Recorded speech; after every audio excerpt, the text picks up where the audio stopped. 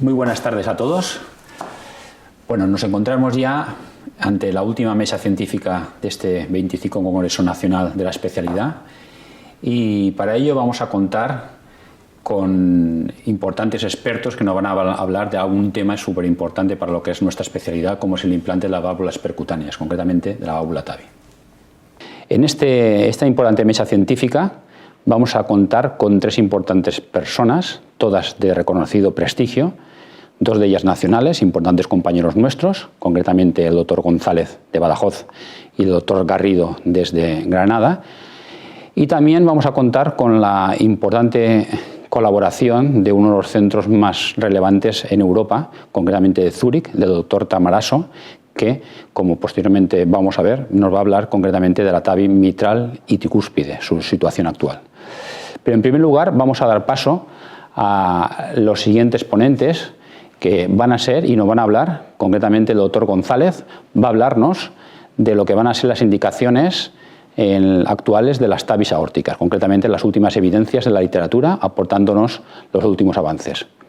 Posteriormente, el doctor Garrido, conocido también por todos nosotros, nos va a hablar de lo que es y dónde estamos del implante TAVI a nivel europeo, donde nos encontramos la especialidad cirugía cardiovascular en el tema TAVI, pero no solamente nacional, sino también a nivel europeo.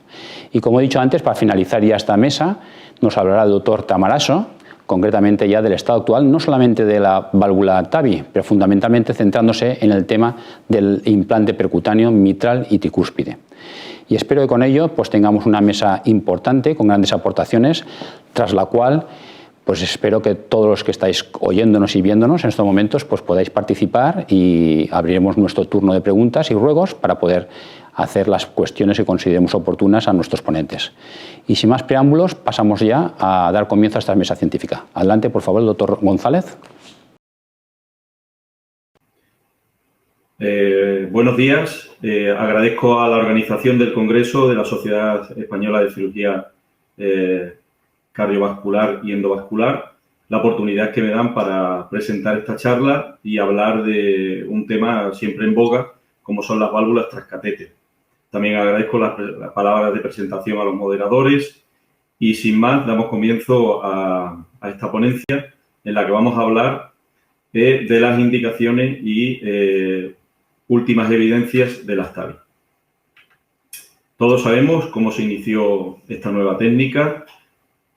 Allá por el año 2002, el profesor Crivier, un cardiólogo insigne, pues realizó el primer implante de válvula transcatéter a través de la femoral del paciente. El paciente, como podemos ver en la imagen, evolucionó satisfactoriamente y a partir de ahí se inició esta andadura que a lo largo de los años pues, ha tenido una diferenciación clara entre lo que sería el mundo cardiológico y el mundo de la cirugía cardíaca, que vamos a intentar ir desgranando y que vamos a ir acercándonos a la posición actual en este ámbito. Como podemos observar en la diapositiva, hay países en los que el número de TAVI ha incrementado su número de manera significativa. En España pues, nos encontramos actualmente a un nivel intermedio, pero todavía estamos lejos de ese número de implantes por millón de habitantes que se realiza sobre todo en la parte de Centro Europa.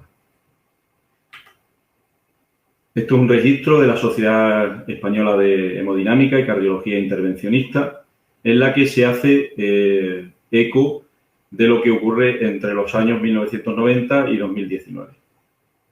Hay que destacar que en este registro se dice que en el año 2019 pues, se practicaron 4.281 implantes percutáneos de válvula aórtica, lo que supone un 21% más de casos o de pacientes que en el 2018. Todo ello nos lleva a que la media que ha aparecido en la diapositiva anterior incrementa el número de pacientes que se han propuesto para que se han realizado esta terapia al 90 pacientes por millón de habitantes.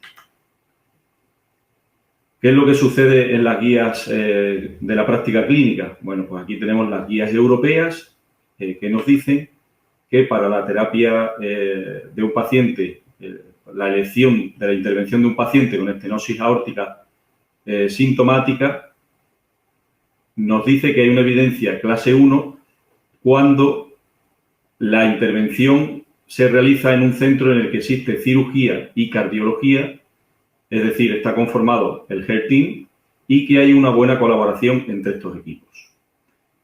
También nos indica que en pacientes de alto riesgo, con un Euroscore mayor del 4 o un STS mayor de 10, pues lo que sucede es que la decisión entre el implante de válvula aórtica por vía tradicional, por vía quirúrgica o TAVI, debe ser discutido en el Health Team, pero ya hay un apéndice, como pueden observar en esa tabla, en el que se dice que siempre que el paciente sea posible hacerlo, se hará por vía femoral.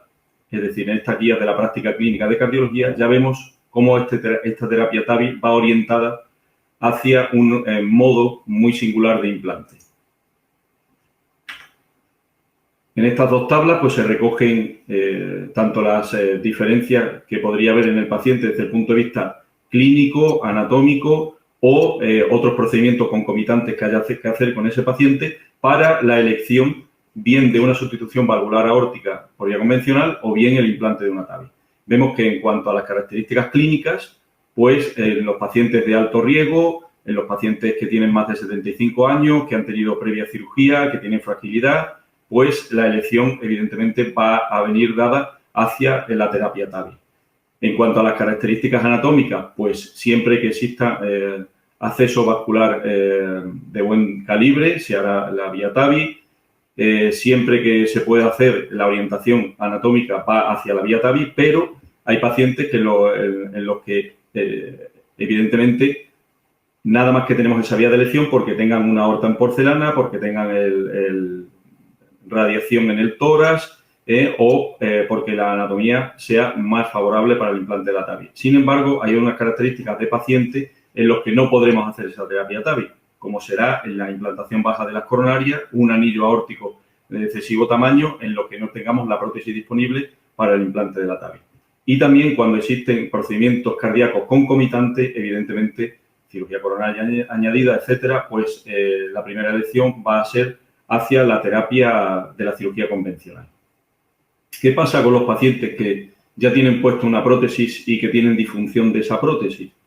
Pues en estas guías nos dicen, con una indicación clase 2A, que para el implante de una válvula TAVI en una válvula biológica degenerada debe ser consensuado por el Health Team y siempre teniendo en cuenta las características de la prótesis que esté implantada. Es decir, depende del tipo de prótesis y del tamaño de la misma.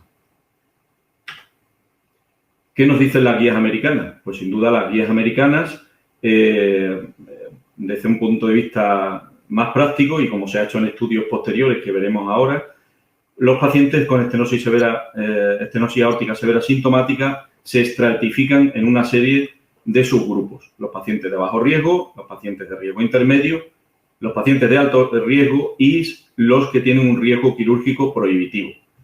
Lógicamente, en los pacientes de bajo riesgo la indicación actual es la cirugía, aunque ya veremos que en los últimos estudios esta tendencia o esta indicación se va modificando. No olvidemos que estas guías están hechas en el 2014 y modificadas en el 2017, pero ya vemos que en estas propias guías, y hace ya unos años que se hicieron, en pacientes de riesgo intermedio empieza a introducirse la terapia TAVI. Así, en pacientes de alto riesgo ya es una terapia que está consolidada y en pacientes de riesgo prohibitivo, que es como se inició todo este tipo de terapia, pues evidentemente la elección va hacia la vía TAVI. Una vez que hemos puesto la situación de las guías y la situación actual, pues pasamos a describir qué tipo de prótesis tenemos actualmente y qué características tienen esas prótesis. Bueno, pues las prótesis, las TAVI, hay dos grandes grupos, que son las prótesis balón expandible y las autoexpandibles. Y luego hay un tercer tipo, como es la válvula Lotus, que tiene una expansión controlada.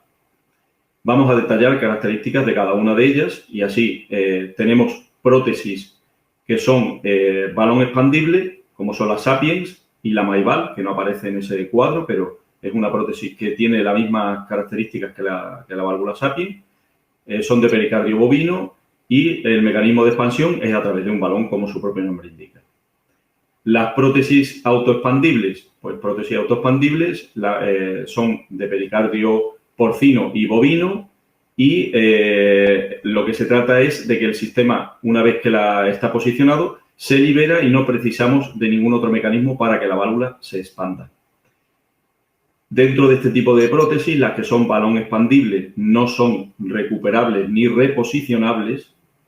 Las prótesis autoexpandibles, pues tenemos reposición o recolocación en todas ellas, algunas en mayor o menor nivel. Llegan todas a un punto en el que se llama el punto de no retorno, en el que una vez que la prótesis está desplegada, ya tenemos que tomar la decisión de o bien recapturarla o bien soltarla. Como he dicho antes, pues hay una prótesis que es especial, un poco especial, distinta, que es la prótesis Lotus, en la que se produce una expansión, una liberación de la prótesis controlada. ¿Y qué se trata de eso? Pues la prótesis es totalmente recapturable o recolocable hasta el momento final. Es decir, una vez que tenemos posicionada la prótesis y totalmente abierta, si no estamos contentos o no es correcta su posicionamiento, podemos volver a recapturarla completamente y volver a iniciar el procedimiento. Otro dato importante es si para soltar estas prótesis en el paso final es necesario sobreestimulación cardíaca o no. En líneas generales, para las prótesis balón expandible es necesaria la sobreestimulación una vez que decidamos liberar la válvula para evitar que pueda haber cualquier error en el posicionamiento y hacer ese último paso, ya que no podemos recapturarla. Sin embargo, en las autoexpandibles, pues, por regla general, no se necesita esa sobreestimulación en ese último paso para posicionar o para liberar la prótesis. Todo ello, los accesos vasculares, como se ve a nivel inferior en la tabla, pues deben medir entre líneas generales más de 5 o 6 milímetros para tener un buen acceso periférico. Actualmente también esas prótesis se pueden colocar no solamente a través de un acceso vascular, como sería el caso que estamos describiendo, sino a través de la vía transapical. ¿Qué prótesis actualmente se pueden colocar por vía transapical? Pues se podría colocar la balón expandible Sapiens y también la Maival, que como hemos dicho tiene unas características similares, y también una prótesis autoexpandible que se puede colocar por vía transapical es la válvula Acure, ya que tiene un dispositivo específico para esta vía de abordaje. Como hemos comentado antes, tenemos varios accesos para la colocación de las prótesis transcatéter. Por vía femoral, por vía axilar, vía carótida, transaórtica o transapical. Ya vemos que la literatura, o vamos a ir viendo que la literatura va enfocada principalmente hacia la vía transfemoral. Eso tiene un sentido cuando vemos que los participantes en este tipo de terapia no pueden dominar todas las vías de acceso, pero nosotros estamos en el ámbito de la cirugía cardíaca y evidentemente como cirujanos cardiovasculares estamos capacitados y cualificados para abordar cualquier tipo de acceso, ya sea la vía femoral, como las distintas vías periféricas arteriales o la vía apical. Evidentemente hay una diferenciación importante entre esas vías de acceso. ¿Y cuál es? Pues hay vías en las que vamos a tener que hacer una apertura del tórax, como es la vía transapical o la vía transaórtica, y hay vías de acceso vascular extratorácico, como es la vía femoral, la subclavia o la carótida. Esto es importante desde el punto de vista técnico y desde el punto de vista evolutivo del paciente, ya que, evidentemente, como es lógico, las técnicas extratorácicas pues, pueden hacerse con sedación y anestesia local, y las vías intratorácicas pues hay que hacerlas con intubación del paciente, anestesia general y dejando luego pues drenaje en el tórax. Pero insisto en que el cirujano cardiovascular está capacitado para dominar cualquiera de esas vías de acceso. En esta gráfica o en este diapositiva lo que quiero hacer es ver qué evolución ha tenido el transcurso de las técnicas de los sistemas de implante, de las distintas técnicas TAVI a lo largo de la historia. Es decir, todo se inició por una vía anterógrada, pero por implante femoral, como eso fuera del doctor Crivier. Luego apareció la femoral retrógrada y sucesivamente la siguiente. Son la técnica transapical, la subclavia, la carótida, subclavia por punción, transaórtica, etc. Sin embargo, vemos que la tendencia ya desde el principio y actualmente es al que la vía de elección o la más utilizada es la vía transfemoral, seguido de la vía transapical y luego ya vienen las siguientes vías de acceso. Eso quiere decir que nosotros, como cirujanos cardiovasculares, pues tenemos o debemos familiarizarlo con todas estas técnicas de acceso y no cohibir el uso de ninguna, puesto que estamos capacitados para hacerlas en nuestra práctica diaria. ¿Qué es lo que está pasando en la actualidad? Pues el paciente que se decide, bien estamos hablando en situaciones ideales o lo que describe la guía, en el GERTIN ha decidido que un paciente se va a implantar una TAVI. ¿Qué situación tenemos actualmente? Pues ya por sistema, la primera línea de abordaje sería la válvula transfemoral. Si se puede hacer transfemoral, pues ya está claro. ¿Qué no se puede hacer transfemoral? Pues aparecen las siguientes vías de acceso, como son la transaórtica, transcarótida, transsubclavia. Pero a mí me llamó la atención de que siguen dejando la vía transapical como última alternativa siempre en todos los esquemas o en todos la toma de decisiones, los árboles de decisiones, la vía transapical la tienen muy apartada. El motivo creo que es obvio y evidente. Esa vía solamente la puede hacer el cirujano cardíaco, pero yo creo que eso no es motivo para que esa vía esté tenga tan mala prensa o tan mal uso o tan poco uso por parte de la cardiología. En cuanto a los estudios TAVI, las últimas evidencias que tenemos, pues es un poco como la parte contratante de los hermanos más. ¿Por qué? Pues bueno, yo creo que se han hecho estudios, primero se hicieron estudios en pacientes de alto riesgo y vamos a desglosar cómo ha sido la evolución histórica de estos estudios, en qué han consistido y qué han ido consiguiendo en las publicaciones que se han hecho, evidentemente, todas desde el punto de vista y en el ámbito cardiológico. Pues el primer estudio que se realizó de TAVI fue el estudio Partner. El estudio Partner, bueno, tan criticado, pero que al final ha ido dejando pozo y consolidándose a lo largo de los años y dejando ya una serie de datos que se establecen como verdades sin tener consonancia científica. El estudio Partner se inició en el 2010, un estudio multicéntrico, prospectivo, aleatorizado, en el que se evalúa la efectividad y seguridad de la técnica con dispositivo balón expandible, que fue la válvula SAPIEN. Se subdividió a su mismo tiempo en dos partes, el Partner A y el Partner B. El estudio Partner A es un estudio de no inferioridad que comparó la mortalidad de las TAVI versus la cirugía en pacientes de alto riesgo. Y se establecieron dos cortes, a su vez, la corte transfemoral y la corte transapical. Ya pueden imaginarse en este estudio cuál es la corte que mejores resultados obtuvo y cuál es la corte en la que desestiman absolutamente su uso por malos resultados. Evidentemente, la vía transfemoral fue la elegida. En la Partner B, pues comparó la mortalidad por cualquier causa y la mortalidad por hospitalización en pacientes TAVI al año versus tratamiento médico en pacientes inoperables de alto riesgo. Y llegaron a la conclusión de que la TAVI redujo la mortalidad y la rehospitalización de forma significativa.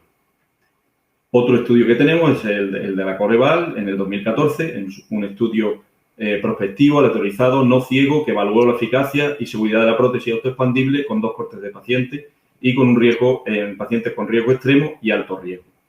En estos pacientes con riesgo prohibitivo, pues la TAVI con prótesis autoexpandible debe ser considerado una alternativa al tratamiento médico. Y sí se vio que la supervivencia al año es superior a la sustitución valvular aórtica.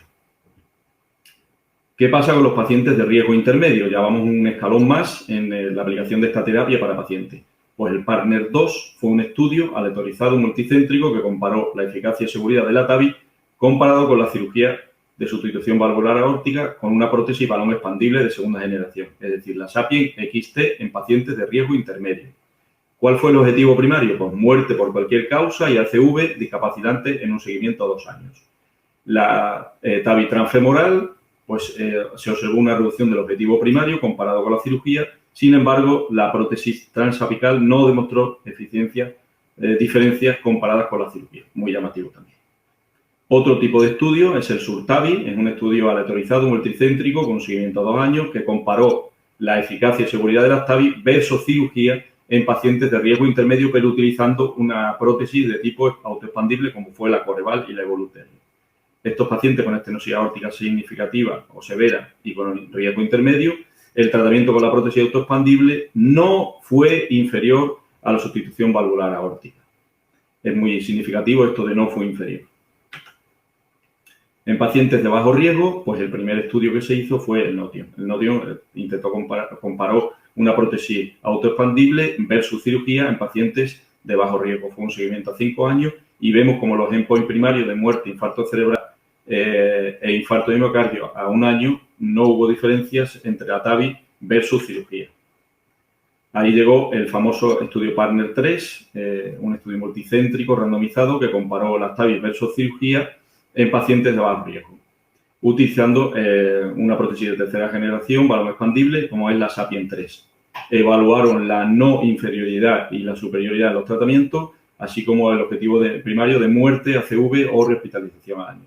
Para el objetivo primario, la TAVI transfemoral, con el dispositivo mencionado, es superior al tratamiento quirúrgico en pacientes de bajo riesgo. Bueno, esto ya sabemos que el estudio tiene unas limitaciones, como que no fue ciego al adjudicar esos eventos primarios, que los resultados no pueden extrapolarse a otros pacientes porque no tienen características clínicas similares y que estos dispositivos pues, fueron solamente estudiados para estas vías de acceso con este tipo de prótesis y que actuaron operadores expertos para el implante. Otro tipo de estudio fue el Evolut, realizado con este tipo de prótesis, randomizado, multicéntrico y de no inferioridad. ¿Y qué comparó? Pues comparó la TAVI autoexpandible con respecto a la cirugía de sustitución valvular aórtica en pacientes de bajo riesgo. El objetivo primario es comparar muerte o ACV discapacitante a los 24 meses y la TAVI pues, cumplió con el criterio de no inferioridad. Eso nos lleva a que la industria actualmente pues, haya ya desarrollado una estrategia importantísima de marketing y se haya lanzado vorazmente hacia ese tipo de pacientes de bajo riesgo. Entonces, aquí tenemos en la página de una casa comercial que la que anuncia su válvula ahora está aprobada para el uso en pacientes de bajo riesgo con estenosis aórtica sintomática. Aquí tenemos otro anuncio en la página web de otro modelo en el que dice que es una válvula que está aceptada, la primera válvula y la única que está aceptada para pacientes con valvulopatía bicúspide y que está aceptada también en pacientes de bajo riesgo.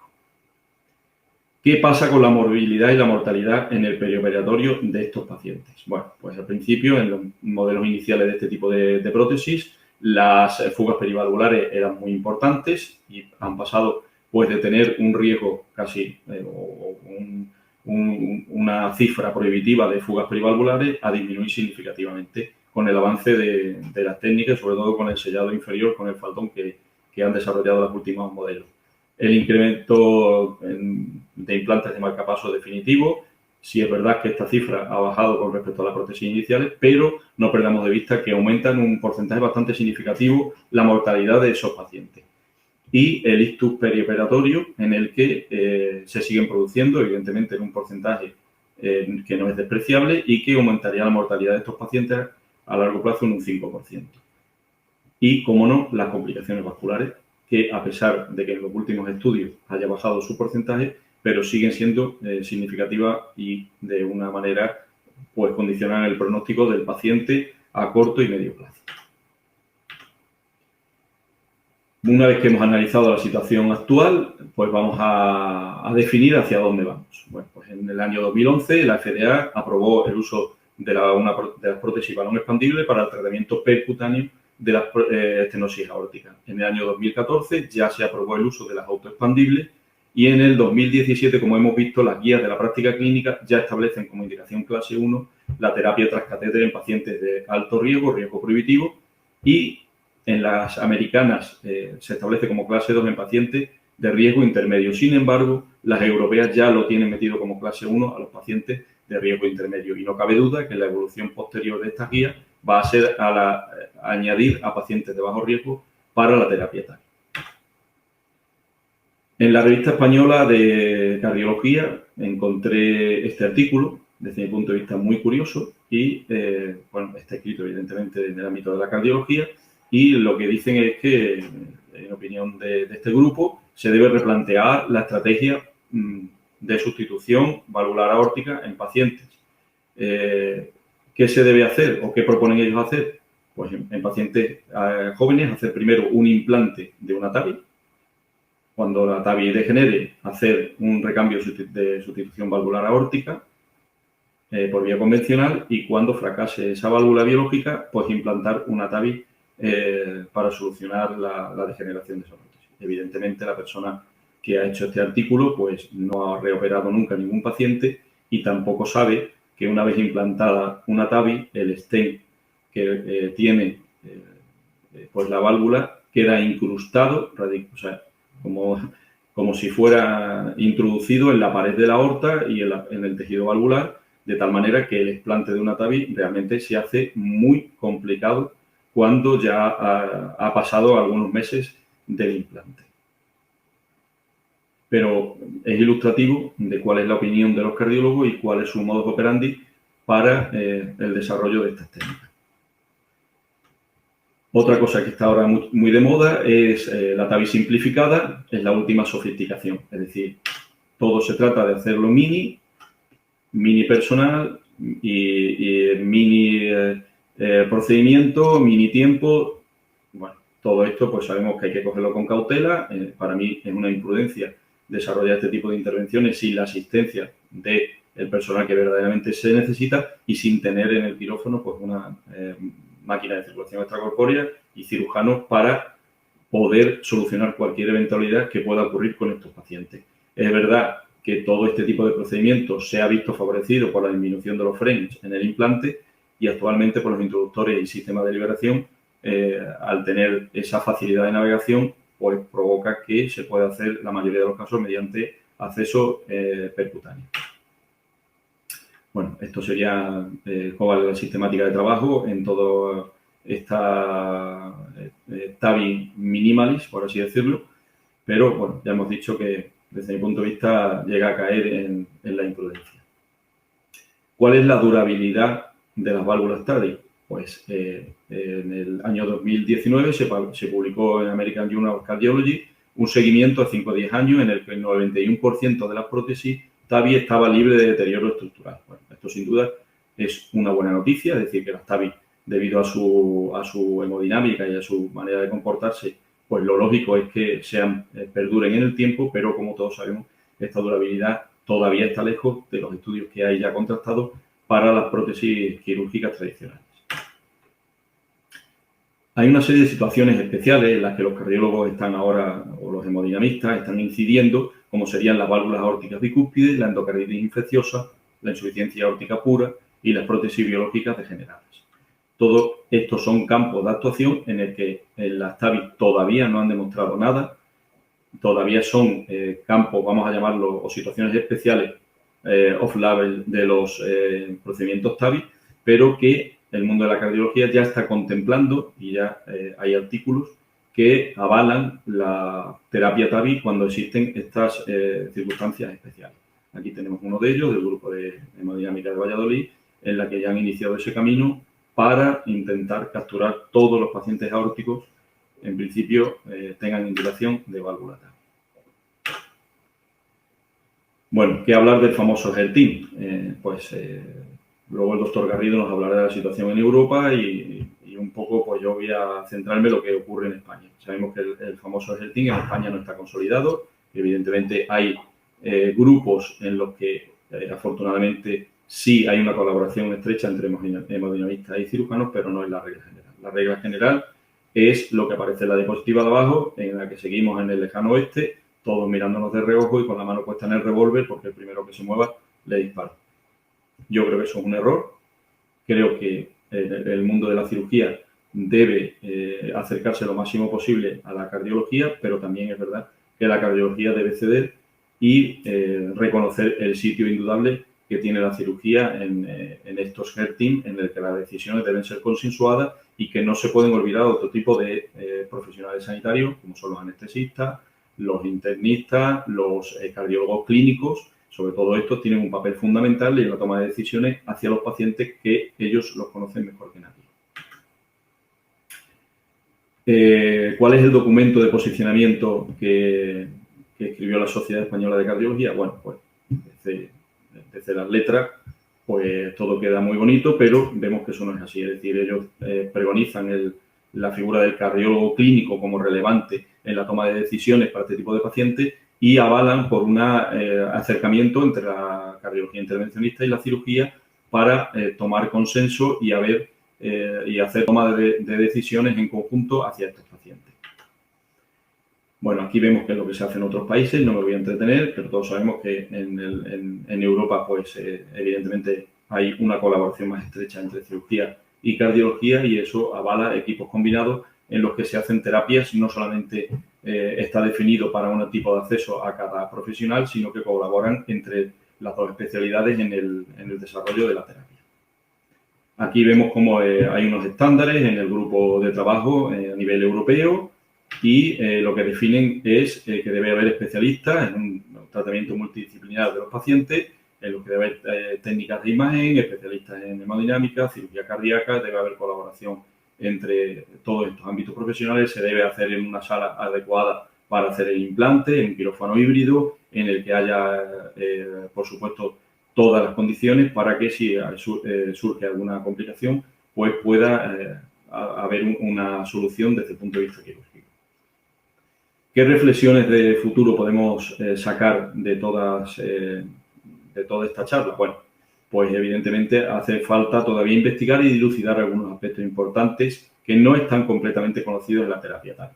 Uno de ellos es la durabilidad a largo plazo, en el que evidentemente existe una experiencia ya contrastada con prótesis quirúrgica que no existe con las TAVI. ¿Qué impacto va a tener la terapia TAVI en la insuficiencia aórtica? Leve en el pronóstico, para que estos pacientes vayan derivados desde inicio a terapia TAVI.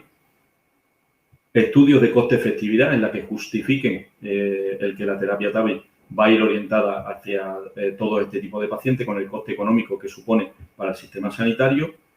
¿Qué criterios de elección del tipo de TAVI y de vía de acceso van a tener estos pacientes? Y otro ínterin que se debe analizar en el futuro es el tratamiento antitrombótico óptimo para este tipo de pacientes.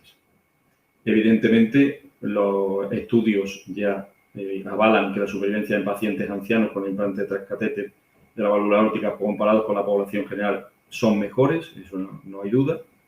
¿Y hacia dónde vamos? Bueno, pues vamos hacia el implante de prótesis transcatéter de una manera, pues casi, vamos a llamar, de primera elección hacia todos los tipos de pacientes y habrá que estar preparado en el ámbito quirúrgico para asumir esos pacientes y tener capacidad de respuesta en la asunción de esas técnicas.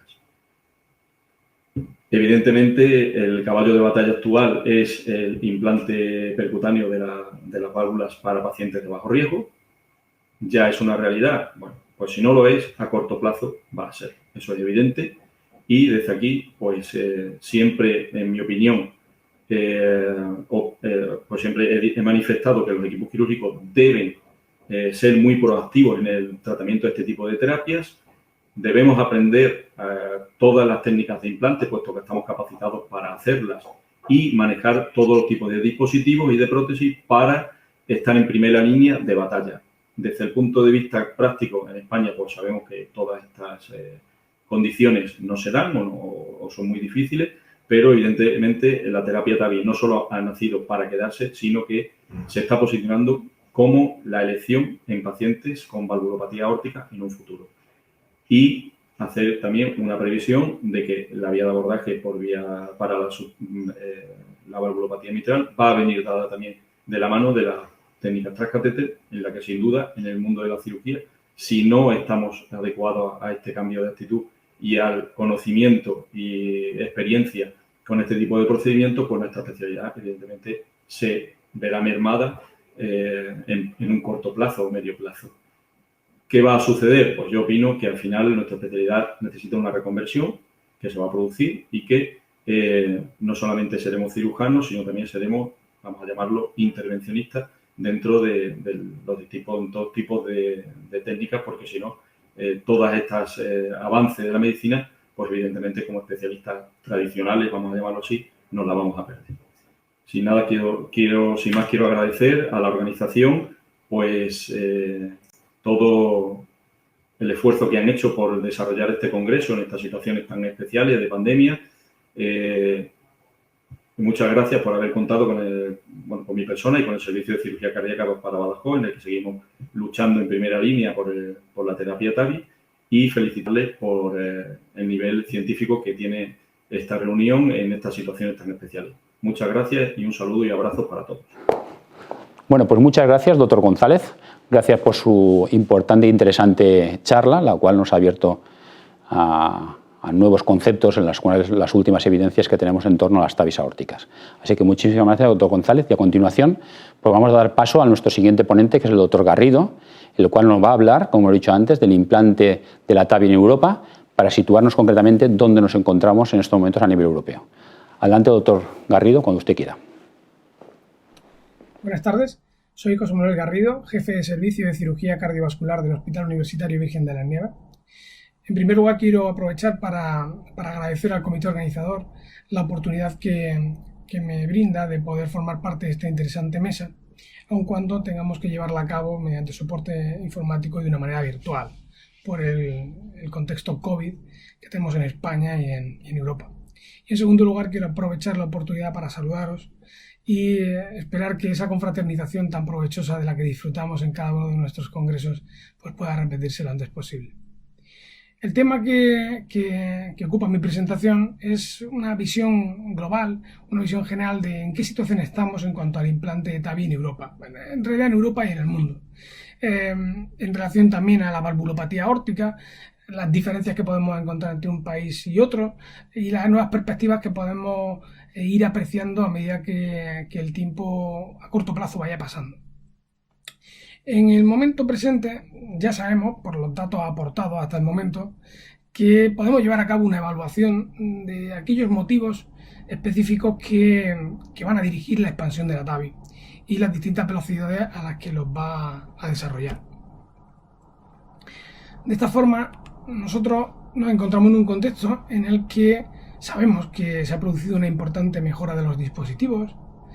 Sabemos que hay publicaciones numerosas que hablan de una óptima evolución y un óptimo seguimiento a medio plazo, lo cual hace ver con buenos ojos la potencial durabilidad de estos dispositivos. Sabemos que se está produciendo poco a poco y off-label ahora mismo, pero se genera una expansión de la TAVI a pacientes de bajo riesgo. Esa expansión de la TAVI también se está llevando a cabo en otros contextos off-label, pues en anatomías bicúspides, en degeneraciones de bioprótesis o incluso para tratar pacientes con insuficiencia aórtica aislada. Y, como no, se están explorando otras dimensiones de la estenosis aórtica severa para evaluar el impacto potencial en el pronóstico de tratamientos muy precoces. Nos referimos a la estenosis aórtica severa asintomática o aquellas moderadas con disfunción ventricular, ¿no? Todos estudios en marcha como el Early TAVR Trial o el TAVR Unload Trial. Lo que sí sabemos es que el uso y la expansión de la TAVI está directamente relacionado con el gasto sanitario per cápita de los distintos sistemas de sanidad europeos. De esta forma, y teniendo en cuenta que no en todos los países se invierte lo mismo en sanidad, pues podremos verificar que la expansión de la TAVI y la penetrancia de esta nueva tecnología en el tratamiento de la valvulopatía aórtica pues es más inconstante y heterogénea. Gracias a estos estudios, principalmente aquellos realizados últimamente en pacientes de bajo riesgo, como son el Notion, el Partner 3 o el Evotut LR, ya tenemos un contingente de pacientes que superan los 3.500 con STS score inferior a 4 y con muy buenos resultados publicados de TAVI frente a sustitución valvular aórtica por prótesis, tanto mecánica como biológica. Esta situación condiciona que cada vez más tengamos que analizar en qué momento estamos en Europa y si realmente la TAVI va a suponer un cambio muy radical en el abordaje de la valvulopatía aórtica, de la estenosis aórtica severa. Para ello, cierto es que debe producirse una solución de determinados elementos que están abiertos.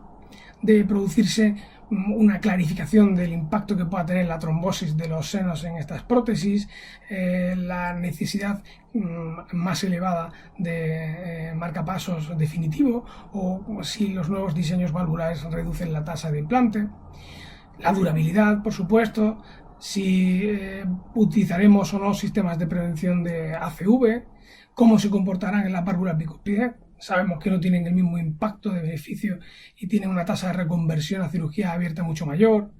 Si finalmente podremos utilizarla en insuficiencia aórtica aislada. También sabemos que la mortalidad al año de los procedimientos realizados en estos pacientes es bastante más elevada que en la estenosis aórtica. Si se reduce la edad del implante de la TAVI, cómo se comportarán los pacientes cuando necesiten acceso coronario ante cardiopatías isquémicas concomitantes o posteriormente desarrolladas. Es decir, una serie de interrogantes que deben resolverse. O no, porque lo que es cierto es que independientemente de que estos interrogantes sigan ahí, la expansión de la TAVI ha sido completamente exponencial. Parece no tener límite en el momento actual. Máxime cuando además tenemos una serie de diseños actuales y futuros que sí se están preocupando de bajar esa trombogenicidad, de aumentar la durabilidad, de volver los productos muchísimo más hemocompatibles y con una biodinámica superior, el impregnarlos de tratamientos para reducir su capacidad de calcificación, o minimizar el impacto deleterio que pueda tener el crimpado o una inestabilidad durante el implante. Además, a todo esto, como podemos ver abajo, se están desarrollando sistemas TAVI polimérico, ya no basados en pericardio, sino también polimérico. Eso dirigido a pacientes más jóvenes y a intentar ver si el estrés mecánico en este tipo de tejidos es mejor llevado que en un pericardio biológico. Al final, todo lo que he comentado conduce a que se esté produciendo un cambio de paradigma, pero un cambio de paradigma que primero se basa en opiniones de futuro y que posteriormente, pues cuando ya se haya aceptado de forma universal, pues sea muy difícil de cortar. Así ya vamos viendo que desde el pasado en el que se inició la TAVI hace ya más de 10 años, todos los resultados favorables, pues parece, así es como hablan en las publicaciones, parece que pueden ir convirtiendo a la TAVI en el tratamiento estándar de la estenosis aórtica, con muy bajas tasas de complicaciones periprocedimiento. Cierto es que eso conduciría a la necesidad de actualizar las guías clínicas que se encuentran vigentes en el momento. Luego, a una pretensión inicial de expansión de la TAVI como tratamiento estándar debería compasado, por supuesto, la variación de las guías clínicas. Esto conduce a que la expectativa, que no podemos olvidar que es algo muy importante, pues nos vislumbra la motivación de las personas que desarrollan las técnicas TAVI, pues nos dirige hacia pensar que la acumulación de todos estos datos hagan que consideremos a la TAVI como superior al tratamiento valvular aórtico, al reemplazo valvular aórtico en pacientes de alto riesgo o riesgo intermedio. Pero es verdad que nos podemos anticipar que la pretensión sin duda es que todos los pacientes con estenosis aórtica sintomática pues tengan la TAVI como primera línea de tratamiento, a pesar, o mejor dicho, independientemente del riesgo quirúrgico. Bien. Entonces, en cuanto al panorama europeo, a la estenosis aórtica en Europa, ¿cuál es el estado actual y qué variabilidad de la práctica clínica tenemos? Si atendemos a los estudios IMPULSE e IMPULSE en Chance, podremos ver que es una buena muestra del proceder frente a la valvulopatía aórtica que se desarrolla en los países occidentales. Este estudio, con más de 2.000 pacientes, se desarrolla en hospitales de Alemania, de Francia y de Reino Unido. Y lo que se hace es incluir a los pacientes con un diagnóstico de nuevo de estenosis aórtica severa, independientemente de los síntomas, y se evalúa cuál es la situación de pronóstico, cuál es la situación de terapia indicada y cómo se lleva a cabo. Lo que sí podemos ver a partir de este estudio es un panorama de los países occidentales de Europa, comparable también a la aplicación de esta tecnología en Estados Unidos. Así, en el 79,4% de los pacientes con estenosis aórtica sintomática se indicó intervención en estos centros.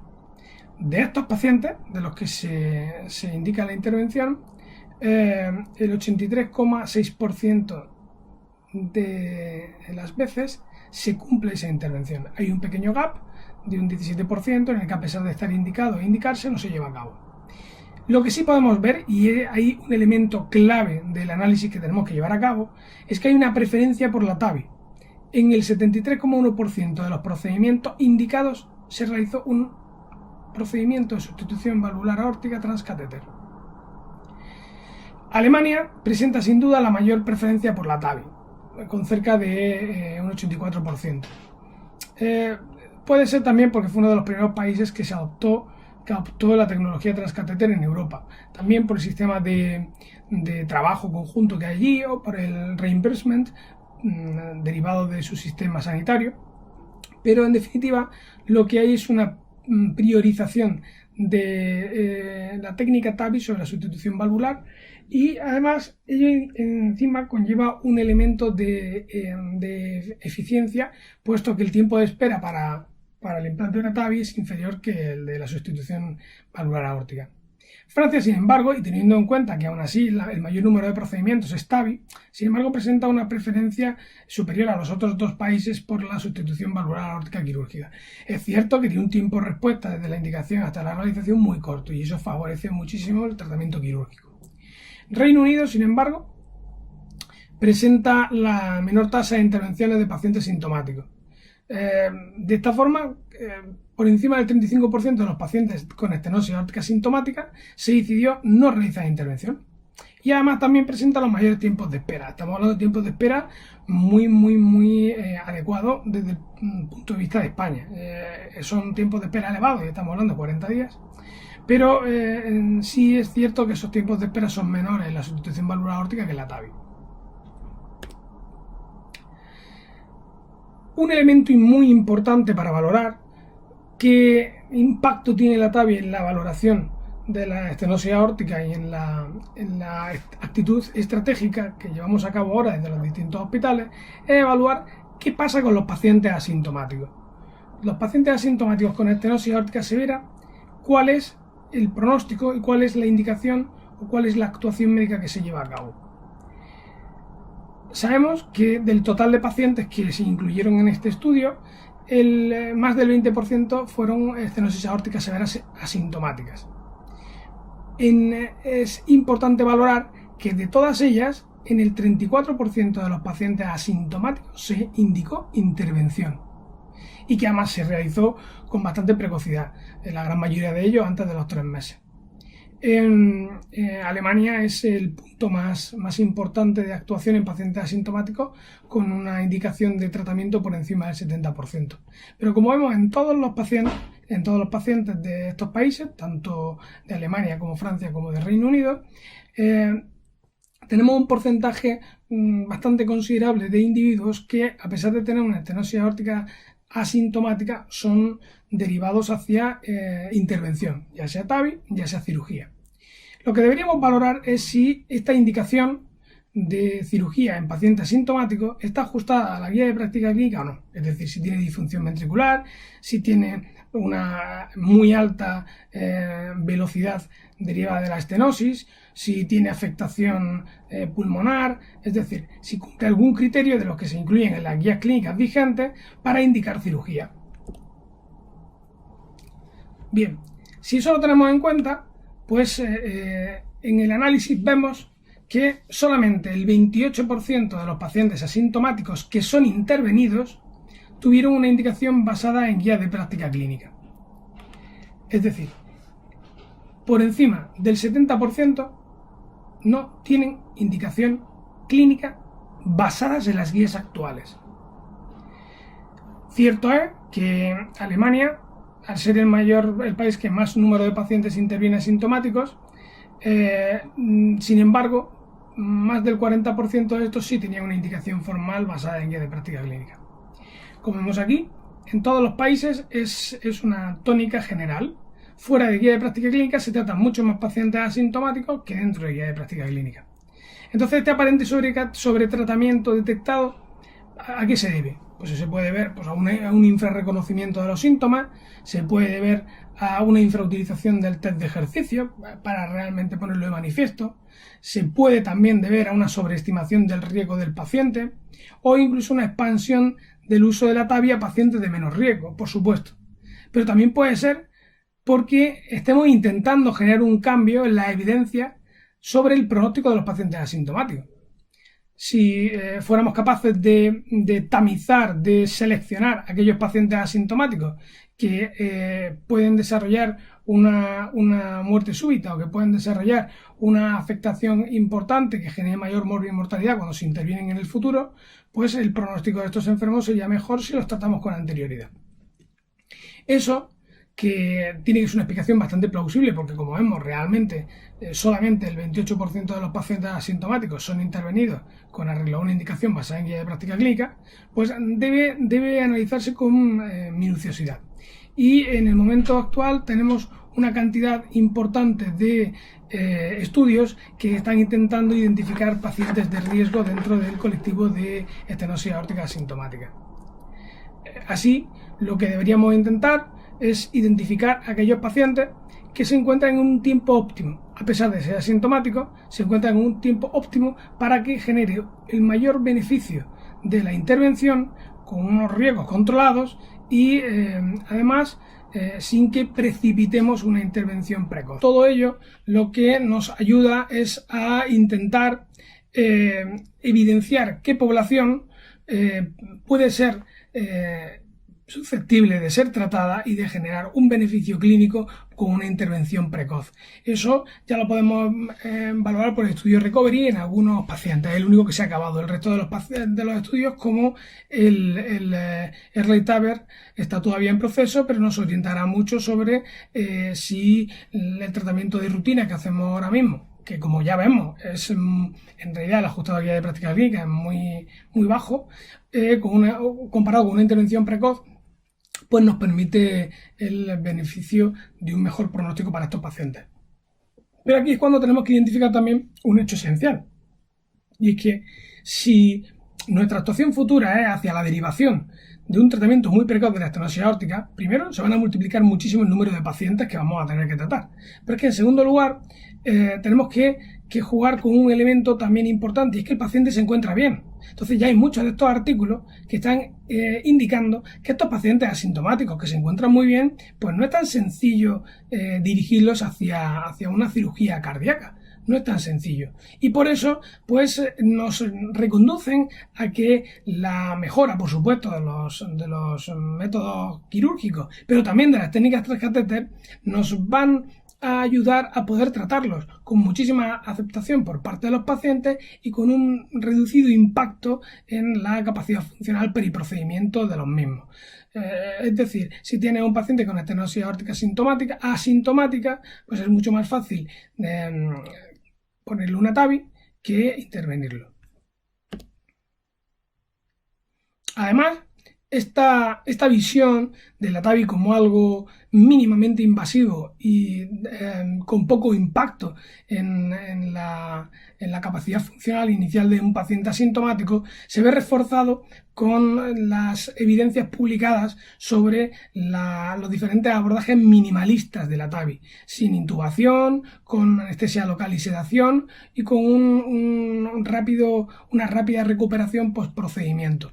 Si encima lo ponemos en marcha en relación a otros estudios que están fomentando una movilización muy precoz, una deambulación muy precoz de los pacientes entre las 4 y las 6 horas post procedimiento, y que nos indica que tienen el mismo riesgo de complicaciones vasculares que si no lo movilizamos, pero sin embargo tienen una tasa mucho más reducida de delirios, de infecciones, de dolor y una mayor recuperación funcional, pues lo que estamos diciendo es que es un paciente asintomático al que se le realiza un procedimiento TAVI minimalista y con deambulación precoz, en muy poquito tiempo va a estar en su casa sin ningún tipo de problema ni impacto similar al que se produciría con una cardiocirugía.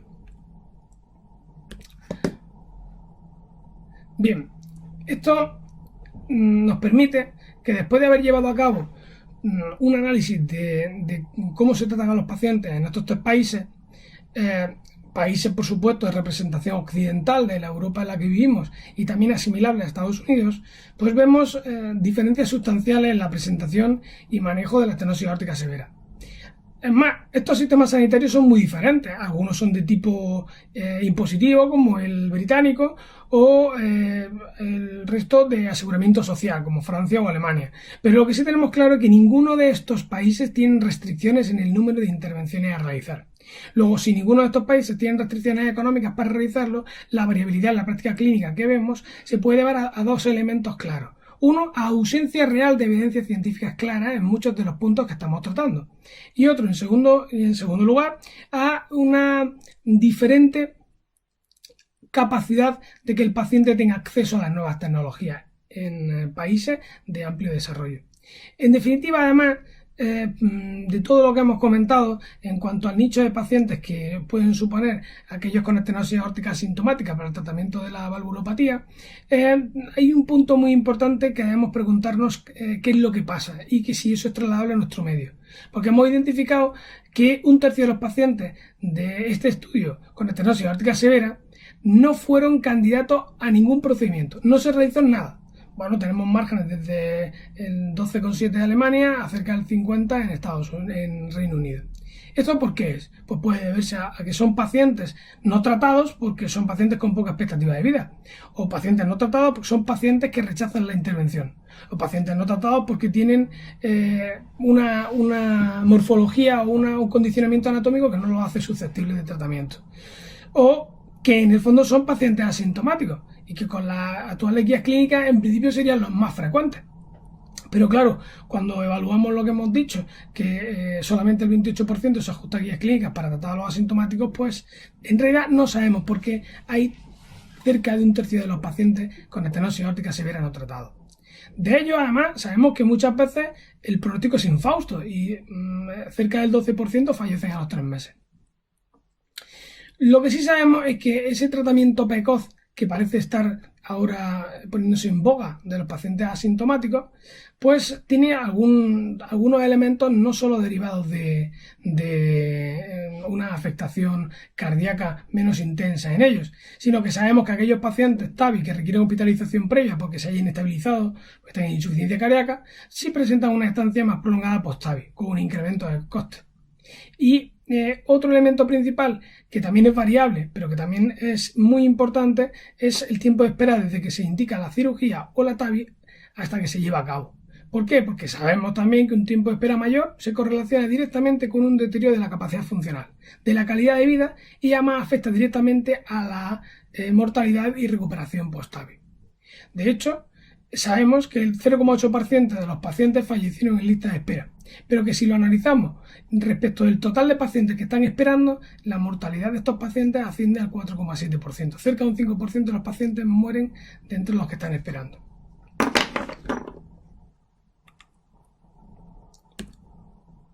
Bien, y una vez que hemos visto una representación bastante significativa de lo que es el abordaje de la valvulopatía aórtica en los países occidentales, ¿cuántos procedimientos TAVI globalmente se hacen en Europa y en Estados Unidos? ¿Y cuántos serán en los próximos años?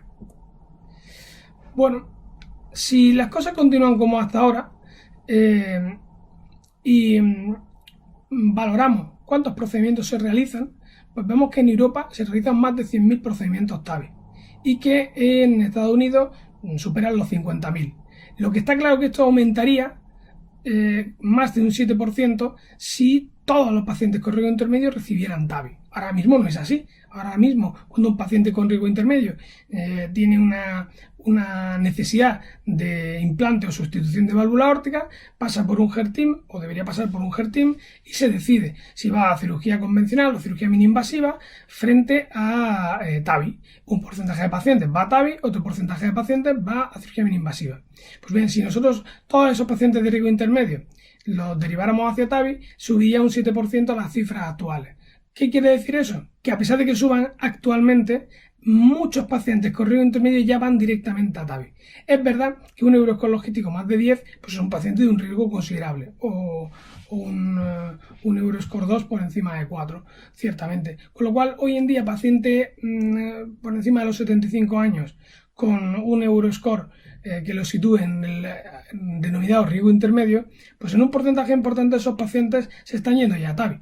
Ya lo podemos ver por el discreto aumento si todos, el 100%, los condujéramos a esta terapia.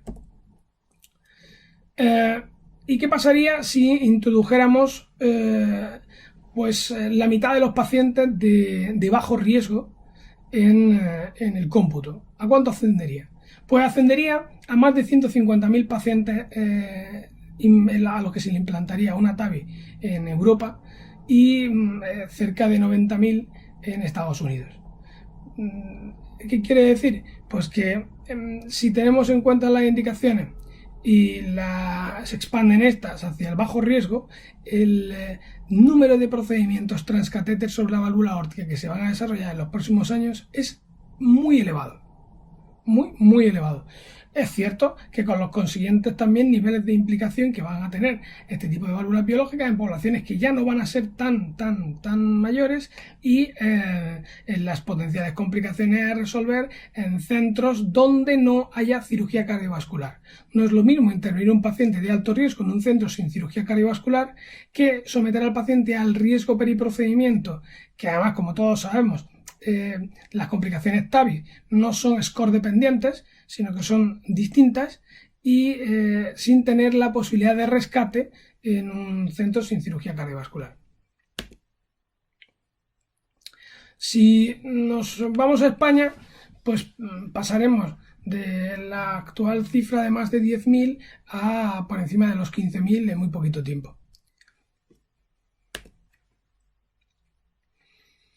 ¿Esto va a ser así en toda Europa? No, los elementos que hemos estado hablando nos dirigen hacia países occidentales. Con un alto nivel económico, en los que no haya restricción para la utilización de la técnica, restricción económica. Como hemos mencionado, la diferencia o la variabilidad de la práctica clínica obedece a otros elementos actualmente. No obedece en estos países a un déficit económico. Pero esto no es así en todos los sitios. Hay un gradiente en cuanto al acceso a las nuevas tecnologías como esta, que es una tecnología disruptiva y costosa, y no se accede de la misma forma en nuestro entorno ni fuera de él. En estos datos de 2017, pues hacen ver que frente a los 50 casos por 100.000 habitantes de España, pues deberíamos ver que, los más de 150 que hay en Alemania. Actualmente en Alemania se superan los 220 casos transcatéter por cada 100.000 habitantes. En Francia en la actualidad también estamos por encima de los 130. Lo que está claro es que ese acceso no es homogéneo ni tan siquiera dentro de los propios países. Así, un país de características socioculturales y socioeconómicas similares a nosotros, como es Italia, pues tiene una gradación muy importante del acceso a la TAVI, que denota una falta de equidad en el acceso a la tecnología sanitaria y en el acceso al sistema sanitario.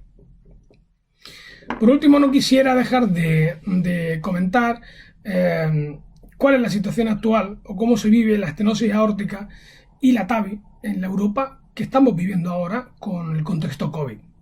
En esta situación ya hay muchísimos autores que están intentando generar guías de modificación de las prácticas clínicas habituales para hacer frente a una optimización de recursos, a una adecuada situación que controle el coste de oportunidad que el COVID está generando en el resto de las patologías, y en este caso de la patología cardíaca, y Por otro lado, también en qué técnica utilizar cuando estamos ante una estenosis aórtica severa en el contexto COVID. Sin duda, uno de los elementos principales es la valoración del riesgo-beneficio. La valoración del riesgo-beneficio hay que tenerla claro. ¿Qué pacientes pueden esperar y qué pacientes no pueden esperar? Los riesgos cambian un poco, puesto que es cierto que en la situación de COVID tenemos que valorar los recursos hospitalarios, tenemos que valorar la exposición de los pacientes al COVID-19, la morbilidad concurrente que la infección puede generar, la respuesta inflamatoria que puede generar en relación también al tratamiento de la valvulopatía. Y como contrapartida, pues habrá que ver qué ocurre si nosotros prolongamos esa situación de espera de pacientes sintomáticos, cómo puede afectar en la tasa de muerte súbita, si el fallo cardíaco descompensado puede aparecer en un mayor número, si el número de urgencias hospitalarias pueden incrementarse, si generamos una situación que produzca daño miocárdico irreversible, o si se produce con pacientes que vienen más pasados por un incremento de la mortalidad. Pero hay detalles que no podemos olvidar. Esa evaluación del riesgo-beneficio es muy importante. Pero hay detalles que se están utilizando para poder acercar los profundos beneficios de la TAVI a estos pacientes en el contexto COVID. De esta forma, algunos autores señalan que si bien es cierto todo lo que hemos dicho de las indicaciones de los beneficios de la TAVI y de los beneficios de la sustitución valvular aórtica, en el contexto en el que estamos, puede que todos aquellos pacientes que vayan a recibir una bioprótesis, pues sea más recomendable utilizar una TAVI que hacer una cirugía convencional de sustitución valvular aórtica. Las cuestiones son obvias. ¿Por qué? Pues porque aquí no se requiere un quirófano, se requiere solo un cath lab con menor número de stabs, lo podemos hacer con local y sedación, no necesita un periodo de recuperación post-TAVI excesivamente largo, ni tampoco necesita en el fondo una cama de unidad de cuidados intensivos mucho tiempo ocupada o nada. Y todos esos factores, además, por supuesto, que elimina la posibilidad de que una infección por COVID pues, pueda generar una respuesta inflamatoria sistémica sumada a la que se produce post-circulación extracorpórea. Pues todo ello nos está diciendo que, ojo, en este contexto TAVI, o sea, en este contexto COVID, teniendo la TAVI como un instrumento perfecto, pues ¿por qué no lo utilizamos? Es mucho mejor que la sustitución valvular. Luego, todos aquellos pacientes que vayan a tener una bioprótesis, pues los seleccionamos para TAVI. Y aquellos que vayan a ir para mecánica, pues entonces los seleccionamos para sustitución valvular. Si bien todo esto es cierto, como les he comentado, lo que sí que está claro es que la situación de pandemia COVID es una gran oportunidad para la expansión de las técnicas transcatéter. Si bien no en número, puesto que los números de intervenciones se han reducido por cuestiones obvias, sí en indicaciones. Teniendo claro que lo que se está intentando es que las evidencias de las que tenemos disposición hoy en día justifiquen en el entorno COVID una utilización de las técnicas transcatéter de la TAVI en pacientes que vayamos a poner una valvulopatía, o sea, una prótesis valvular biológica, independientemente del riesgo e independientemente de la edad también que tenga, porque el potencial beneficio de la TAVI frente a la sustitución valvular en un entorno de COVID es muy amplio. En definitiva, y a modo de conclusión, podemos decir que la expansión de la TAVI es una realidad en el momento presente, pero que va a continuar y va a ocupar nichos que actualmente no se están desarrollando con las técnicas convencionales de sustitución valvular, como es el gran apartado que constituyen los pacientes con estenosis aórtica asintomática. Ante todas estas circunstancias, lo que sí debemos tener claro es que los cirujanos cardiovasculares debemos de hacer un abordaje multidimensional del problema, para llegar a 3 puntos principales de desarrollo. El primero, una estandarización en la formación de las técnicas transcatéter. En segundo lugar, generar una oferta diferencial. Identificar claramente cuál es el aporte de valor que la cirugía cardiovascular realiza dentro de esos equipos y por qué la combinación de un especialista que sea capaz de manejar técnicas transcatéter y de hacer cirugía convencional es superior a otros escenarios. Y en tercer lugar, nos hace falta algo muy común a muchas empresas hoy en día, un buen sistema de comunicación y un marketing externo que nos permita exteriorizar nuestras valías y nuestras ventajas en el mercado que tenemos ante nuestros ojos. Pues muchas gracias y quedo a la espera de sus preguntas para seguir alimentando el debate de esta interesante mesa. Buenas tardes. Bueno, pues de nuevo, muchísimas gracias al doctor Garrido por esta charla tan ilustrativa. Nos ha gustado oír todas las últimas novedades a nivel europeo donde estamos. Y sin más preámbulos, vamos a dar ya paso a la última charla de este congreso, que es por parte del doctor Maurizio Tamaraso, que como antes hemos dicho viene del Hospital de Zúrich, de Suiza, y nos va a hablar concretamente de ya lo que es casi una realidad, que es el TAVI Mitrality Cúspide, y por supuesto es un tema de actual interés y sobre todo de gran interés para lo que tiene que ser nuestra futura especialidad. Y sin más preámbulos, adelante doctor Tamaraso, cuando usted quiera. Good afternoon to everybody. My name is Maurizio Tamaraso and I am a cardiac surgeon based on University Hospital of Zurich in Switzerland. My main field of interest is the structural intervention valve treatment. And I would like to start by thanking the organization for inviting me to discuss with you this topic, which actually is the use of TAVI prosthesis in tricuspid and mitral position, which is a really interesting topic, which is also growing. Here you can see the title of my topic, and here you can see also my disclosure. Let's start with the mitral, which obviously is the one at the moment where we have accumulated more experience. And I would like to start showing you this editorial that we wrote some years ago regarding the use of exactly this topic, the use of TAVI prosthesis in mitral position. Actually, there are three main scenarios when we implant a TAVI prosthesis in mitral. One is valve-in-valve, so to treat degenerated biological mitral prosthesis. One is to treat failed mitral valve repair where a ring was implanted, so valve-in-ring. And the third one is valve-in-MEC, so implantation of a mitral prosthesis in the context of severe annular calcification. And the title of this editorial was The Good, the Bad, and the Ugly, like the really famous movie. And this to tell you that the first option, so valve-in-valve, is a really good option with a really good outcome. Valve-in-ring is the bad. So there are some cases where this is a really good option as well, but we have to be careful in patient selection, otherwise could be a real high-risk procedure. And then the ugly is valve-in-MEC. Valve-in-MEC is still a procedure that with the current prosthesis is carried out with really high procedural and peri-procedural complication rate. So we should be really careful in selecting patients for this type of therapy, but we will see later on why. First, few words regarding why we need this kind of therapy. Actually, because we know that reduced surgery, especially in mitral position, could be carried out with increased morbidity and mortality, especially if the patient is old.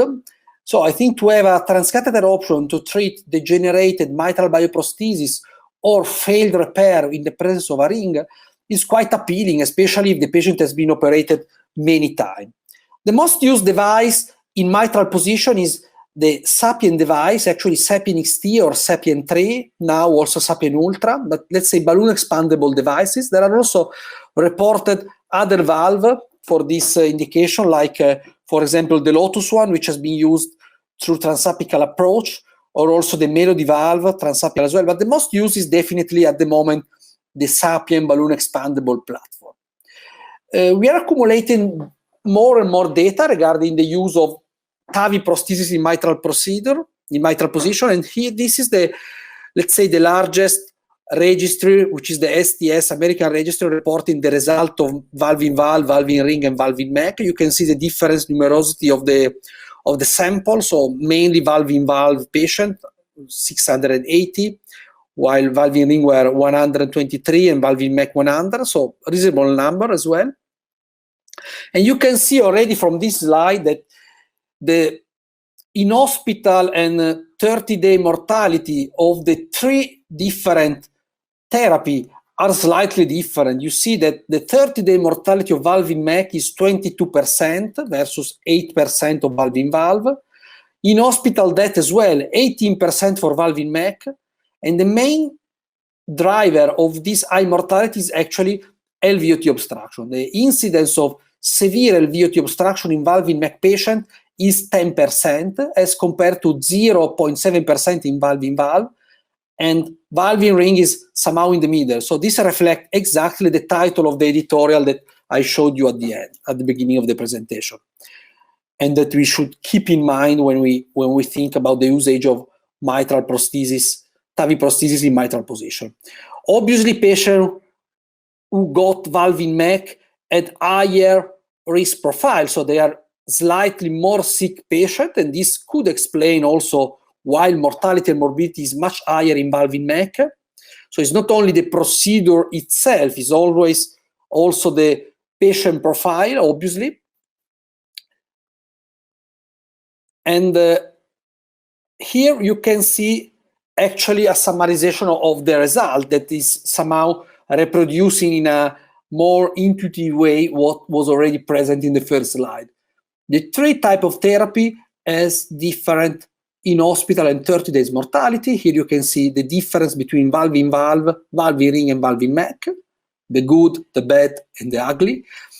And here you can see that if the patient survive, actually there is an symptomatological improvement, but this is less impressive in valve in MEC and valve in ring. So basically, result of valve in valve are better than result in valve in ring and valve in MEC.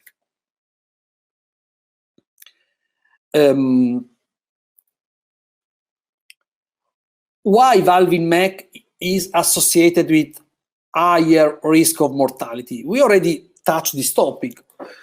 The first element is due to the fact that patients with valve in MEC usually are really sick patients, really polymorbid patients. Usually they are under dialysis, and this calcification are the results of many years of renal insufficiency. Anyway, they are complex clinical patients. And then the procedure itself is related to some technical challenges, risk of paravalvular leak, for example, risk of valve dislocation, because sometimes, despite the presence of really massive MEC, the annular area is big, so the valve can migrate. The sealing and the fixation of the valve is not as good as in valve and valve in ring, so risk of embolization is always proven. And then the interaction between the subvalvular apparatus and the LVOT is much more pronounced than in the other anatomy. So the risk of LVOT obstruction is higher, and some degree of, you don't need to have severe LVOT obstruction to have impaired outcome. Even some degree of LVOT obstruction have an impact on the outcome. Here you can see the results of the valve in MEC registry, which has been presented recently by the Mayo Clinic group. These are only MEC patients. So this is another series, this is not the TVT registry. This is the valve in MEC registry, where the patients were really, really carefully selected. And despite this, you can see that incidence of severe LVOT obstruction is 11%. So this 10 to 11% LVOT obstruction stays. And also you can see that anyway, morbidity and mortality is quite high. So it's feasible, but we have to pay attention to patient selection. And here we can see that also the main impact of mortality is within the first 30 days. So the impact of LVOT obstruction is already evident in the first 30 days. If the patient survive and recover the first month after the procedure, usually then the outcome are, let's say, pretty acceptable. So the highest risk is in the first 30 days. Then the rest of the events are mainly related to the copathology of the patient, obviously. Here you can see another series reporting the outcome of valve in valve. As we said, valve in valve is usually a good option with good result. I show you this slide to share with you this concept that now is pretty much well consolidated. Transseptal access for valve in mitral position is associated with lower mortality than transapical. So if transseptal access is feasible, there is no reason to go transapical. Actually, transapical, obviously, it's easier because to get coaxiality to the mitral annulus and prosthesis is much easier, but mortality is higher. So we should go transseptal whenever it's feasible. And this is important also for the surgical community, that this procedure has to be done transseptally. So the transseptal approach, we have to learn transseptal approach. This is another study showing the same concept. Transapical is carried out with higher mortality. We know it from TAVI, it's the same for mitral.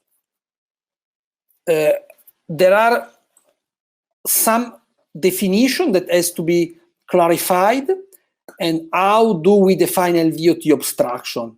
So by MVAR criteria, LV obstruction, which is hemodynamically relevant, obviously is relevant, or anyway, increase of 10 millimeter of mercury from baseline. So already at 10 millimeter of mercury is enough to have impaired outcome. And I show you this slide just to show you some strategies. If the patient is at high risk for LVOT obstruction, which is the main, let's say, killer of this kind of procedure, there are some strategies to prevent it. One of these is to perform prophylactic alcohol septal ablation if the anatomy is good. Then in some cases, but this is a bailout strategy, a self-expandable TAVI or a self-expandable stent can be implanted in the LVOT to open the LVOT. Lampoon technique, we will discuss quickly about Lampoon, is a technique to perform with an electrified wire a laceration of the anterior mitral leaflet in order to have, let's say, more space in the LVOT, because actually, beside the prosthesis that can protrude in the LVOT is also the anterior mitral leaflet, which is protruded them. And this is why sometimes could be a good option to implant TAVI valve with open translateral surgical access, because then we can remove the anterior leaflet. So if the risk is really high, sometimes to do direct atrial with heart-lung machine, obviously, implantation could be an option. So surgical translateral leaflet resection, this is the concept, because most of the time it's really the anterior leaflet which is making problem in the LVOT. And then there are obviously other mechanisms to contribute to LVOT obstruction, the presence of septal hypertrophy, the type of valve and the protrusion of valve in the LVOT, the angulation between the mitral plane and the aortic plane, the dimension of the ventricle. These are all risk factors that predict the risk of LVOT obstruction. CT scan is fundamental to assess this risk. So we can quite carefully predict the risk of LVOT obstruction with CT scan because we can measure it. And here you can see how much LVOT obstruction, according to the definition that I gave you, is impacting on mortality. If you have LVOT obstruction, so if you have increase of 10 millimeter of mercury as compared to the baseline, you see your mortality will be 34% as compared to 2.5% if you don't have LVOT obstruction. So this is a big killer. This is the main predictor of outcome in valve in valve, valve in ring, and valve in neck. And we should really carefully select patients in order to reduce the incidence of this and consider the strategies that I told you before in order to prevent it. This is the most famous one, this Lampoon technique. Lampoon, basically we puncture the anterior mitral leaflet with an electrified wire, and then we make a tear, so we cut it. And it's technically not super easy, I would say, but it's learnable. Can be done retrograde with the catheter through the aorta, or can be done antegrade, so with two catheters through the septum. Both are feasible. And in selected cases, this can be really helpful. This is a small trial, the Lampoon ID trial that has been performed in the US, only 30 patients, but procedural success was 100%, and no one of the patients had actually major issue due to the Lampoon. And this improved the outcome for sure in patients at high risk. So this is something that we should consider to implement in our practice. This is how I told you, Lampoon can be done retrograde, like in figure A, or can be done antegrade, like in figure B. Antegrade is much easier. Even if the direction of cut is more convenient retrograde, let's say that the retrograde is more technical challenging, while antegrade is much easier. I would say is technically really easy. If you use steerable catheter like Agilis, you can use one single transeptal puncture. It is not that difficult. With a modification of this technique, also patients with previously implanted mitral clip or previously performed surgical edge-to-edge can be treated with a valve in ring, because the leaflet can be cut so we can detach the mitral clip from one leaflet and then implant the prosthesis. Obviously, if you have a mitral clip in a ring, normally it's not feasible to implant an Edwards prosthesis, but if we cut the leaflet, so we detach the mitral clip with a modified Lampoon technique, which is called Elasta. They give name to everything, so this is called Elasta, but it's the same concept. It's a laceration of the anterior mitral leaflet with a electrified wire in order to detach the clip to be able then to implant a prosthesis. This is something that is also technically not that difficult and is feasible. So I would like to share with you some cases to show you 3 examples of one valve in valve, one valve in ring, and one valve in Mech. 3 real cases. This is the first case, a 75-year-old male with a previous history of double valve replacement, aortic valve and mitral valve replacement in 2008, so about 10 years ago. He got 27 Magna Easy prosthesis, and he came to our attention in NIA class 4, so quite decompensated. Ejection fraction was normal. There was a severe mitral valve stenosis, so mean gradient was 20, and with preserved ejection fraction and slightly increased pulmonary pressure. And we assessed in this patient feasibility of valve in valve. Again, CT scan is the most important tool to predict feasibility. We have the valve in valve app that works also for mitral, so we can select which valve to use. In this case, a Sapien 29 was suggested, but CT scan allows us to predict the neo LVOT, so we can measure how much LVOT we will have after the prosthesis implantation. In this case was peak. So we went on and we scheduled the patient for valve in ring. As I told you, we usually go for transeptal approach, because as I showed you, this is associated with less invasiveness. And just quickly, I show you mitral valve in valve is really a straightforward procedure. Transeptal puncture has to be performed posterior in order to have enough eye. Then it's important to perform a balloon dilatation of the septum, because the catheter of the Sapien valve is quite big.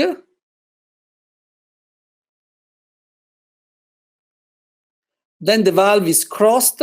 In case of mitral stenosis, can be challenging to cross the valve. So in this case, we use an Agilis, you see, to cross the prosthesis. Then a stiff wire is put in the ventricle, and over the stiff wire,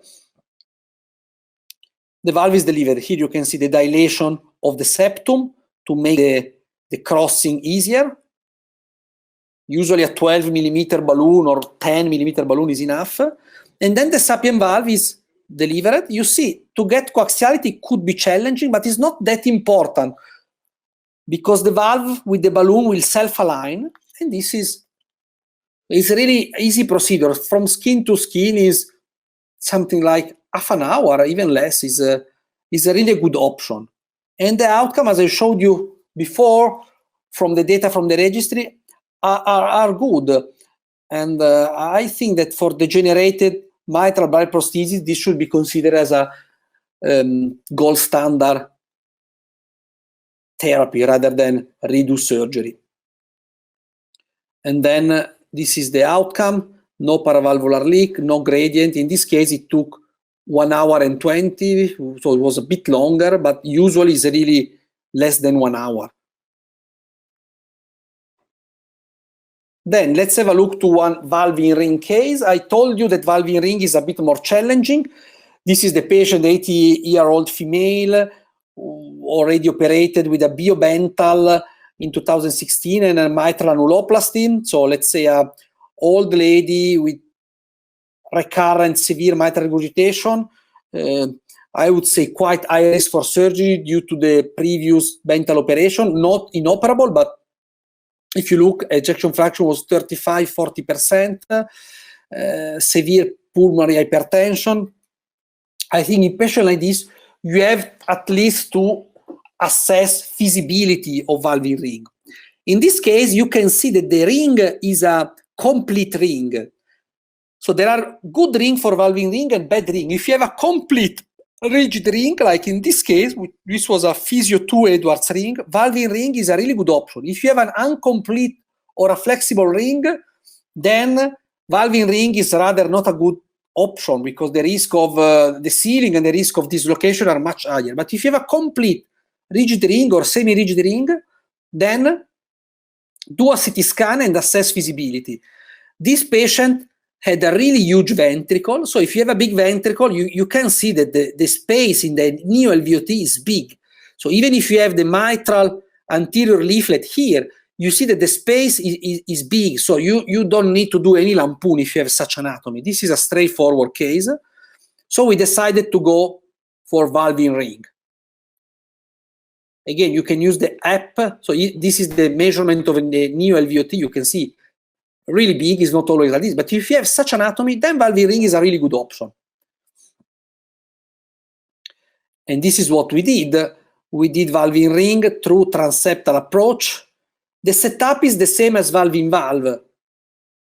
So you basically do a posterior transeptal puncture, then you dilate the septum with a balloon. The setup is exactly the same. You just have to seal with the ring, not with the prosthesis. And again, the most important is patient selection. So the outcome of this patient was good. You can see the prosthesis is sitting well, no paravalvular leak, no LVOT obstruction. And the patient was able to go home a few days after the procedure. Intraprocedural gradient was 3 millimeters of mercury, 2 millimeters of mercury at the discharge. Really good outcome. Different history, valving MEC. I'll show you one case of valving MEC and then a few words regarding tricuspid. Valving MEC, so super polymorbid patient, Jehovah's Witness, so patient refused any kind of blood transfusion and any kind of open heart surgery. She got already TAVI, and then she came to our attention back after TAVI because of severe mitral stenoregurgitation, so both stenosis and regurgitation. And as you can see, I will show you now the CT scan. Here you can see already the angiogram.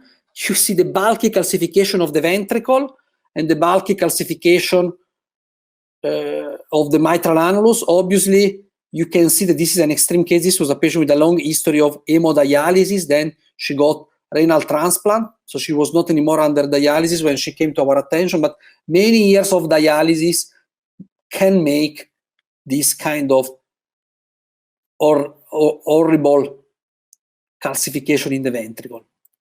So having no other option and having the patient severely symptomatic, we decided to schedule the patient for valving MEC. And I go to the, so here you can see the HEG. You can see also in the chest X-ray the massive calcification, not only of the annulus, but also the subvalvular apparatus. Look at the CT scan. This is the myocardium. So there were massive calcification in the myocardium. This is really extreme case. So here you can see the pre-procedural planning. You can see the massive MAC calcification. You can see that the annular dimension was compatible with a 29 Sapien device. Here you can see that the angle between mitral and aortic valve was quite favorable, and you can also see that neo-LVOT, despite narrow, was big enough as predicted because it was 296, so more than the, let's say, recommended cutoff, which is 250. Despite this, we decided to attend with lampoon, but unfortunately we were not able to perform lampoon because the patient became really unstable, so we had to implant the valve.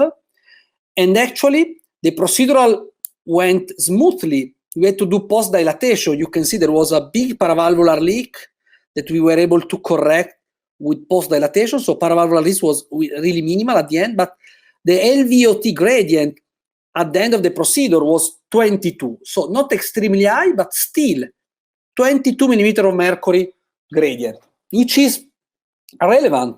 The patient survived immediately, but then the postoperative course was complicated, and unfortunately, she died before 30 days. So even if you have procedural technical success, if you leave gradient in the LVOT, the outcome is not going to be good. Few words regarding tricuspid valve. There are not that much data about TAVI devices in tricuspid position.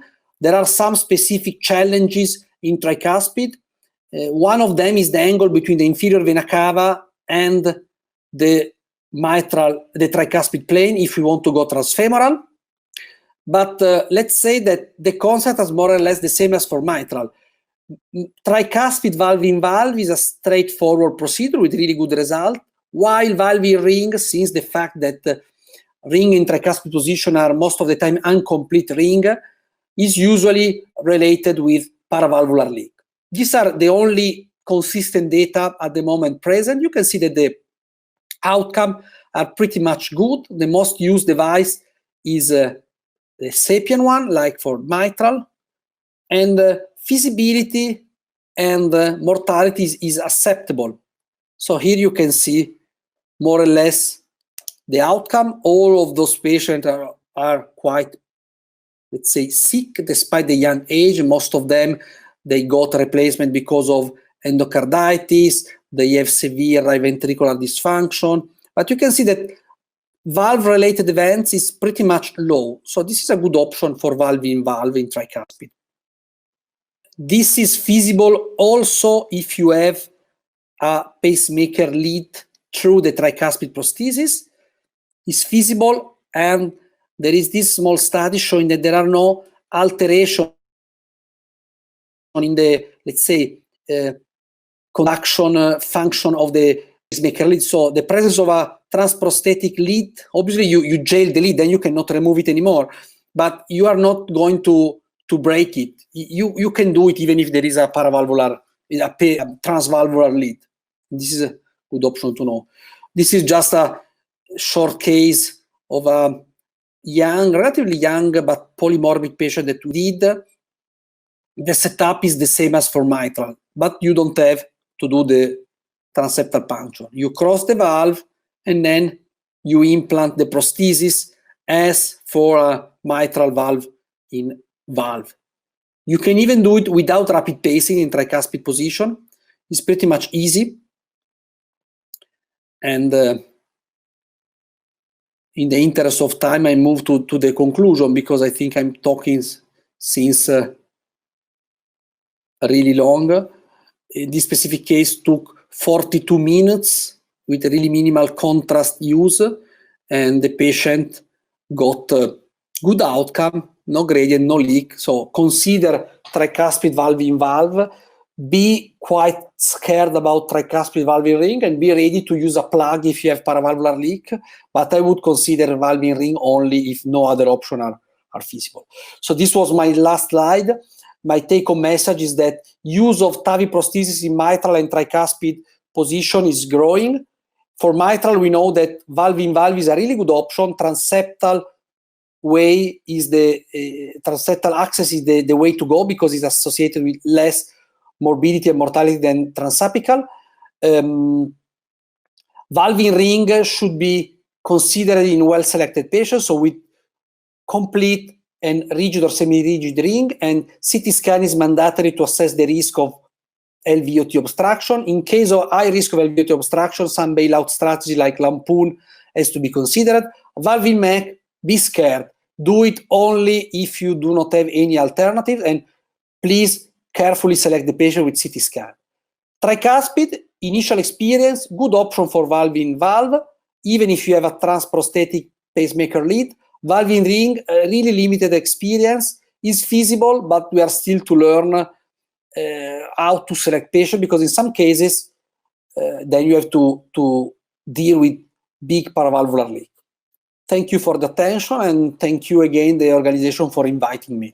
Bueno, pues una vez más, muchísimas gracias al doctor Tamaraso por esta impresionante charla de ver hacia dónde va nuestro futuro en el tema de la válvula mitral y tricúspide. Y bueno, pues finalizada ya la presentación por parte de nuestros 3 ponentes, a partir de ahora ya todo aquel oyente que ha estado con nosotros y que está con nosotros participando en esta mesa científica, pues puede participar en plantear cuestiones a nuestros ponentes, de tal manera que podamos establecer ahora en estos momentos un diálogo en torno a todo aquello que la gente, pues bueno, que tenga todas las dudas que queráis plantearnos. Así que adelante, junto con el doctor Gómez, vamos a intentar moderar esta mesa y las preguntas que queráis estamos dispuestos a responderlas, cuando queráis.